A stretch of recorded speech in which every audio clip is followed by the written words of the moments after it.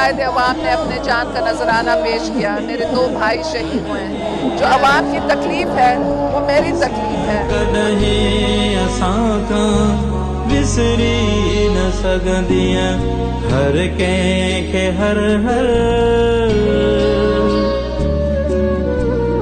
कंहिंखे हर 27 दिसंबर तुंहिंजी यादि ॼाणे पई। शहीद जमहूरियत अगुणी वज़ीर आज़म शहीद रानी मोहतरमा बेनज़ीर भुट्टो के 27 दिसंबर योम शहादत के मौके ते सुर्ख सलाम पेश करियूं था।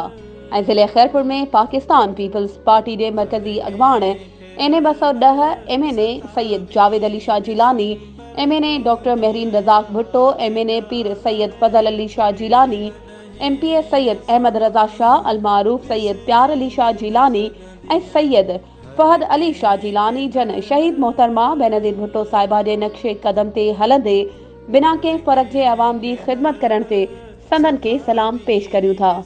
तारा साबका वाइस चेयरमैन ताल के सोबोदेरो मोहम्मद बच्चल सामटियो।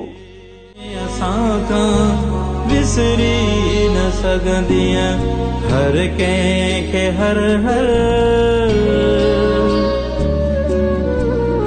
कंहिंखे हर 27 दिसंबर तुंहिंजी यादि ॼाणे पई।